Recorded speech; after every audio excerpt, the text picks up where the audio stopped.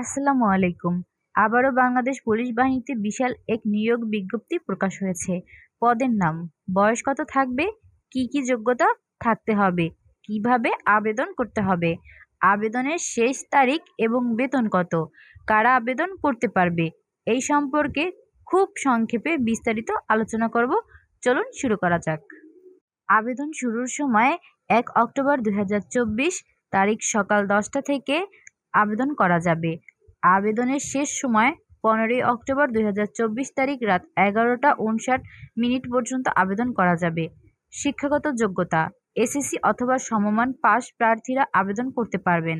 প্রার্থীদের উভয় পরীক্ষায় ন্যূনতম জিপিএ থাকতে হবে ২.৫। বয়স, আবেদনের জন্য প্রার্থীদের বয়স ১৫ই অক্টোবর ২০২৪ তারিখে ১৮ থেকে ২০ বছর হতে হবে। শুধু অবিবাহিত নারী ও পুরুষরা আবেদন করতে পারবেন। শারীরিক যোগ্যতা, পুরুষ প্রার্থীদের জন্য উচ্চতা ৫ ফুট ৬ ইঞ্চি এবং বুকের মাপ স্বাভাবিক অবস্থায় ৩১ ইঞ্চি ও স্ফীত অবস্থায় ৩৩ ইঞ্চি হতে হবে।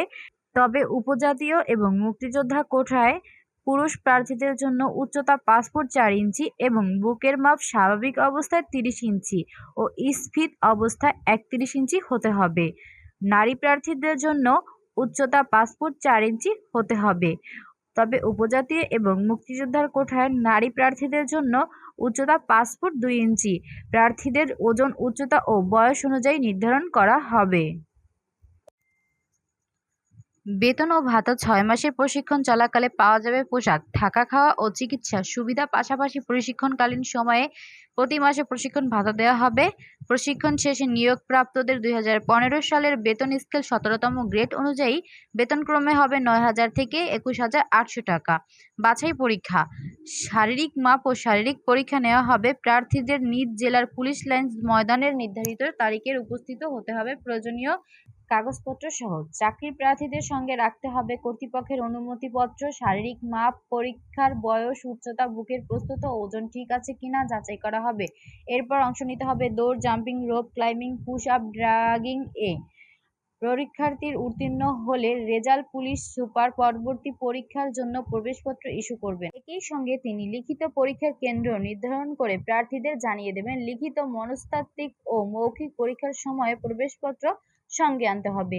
শারীরিক পরীক্ষার উত্তীর্ণ হলে নির্দিষ্ট দিনে বসতে হবে লিখিত পরীক্ষায়। বাংলা, ইংরেজি, সাধারণ গণিত ও সাধারণ বিজ্ঞানের উপর ৪৫ নম্বরের লিখিত পরীক্ষা দিতে হবে। লিখিত পরীক্ষার উত্তীর্ণদের নির্ধারিত তারিখে মনস্তাত্ত্বিক ও মৌখিক পরীক্ষার জন্য ডাকা হবে। এতে থাকবে ১৫ নম্বর ব্যক্তিগত পরিচিতিমূলক প্রশ্নের পাশাপাশি প্রার্থীর মানসিক দক্ষতা, মূল্যবোধ বিচারের জন্য বিভিন্ন ধরনের প্রশ্ন করা হয় এ পরীক্ষায়।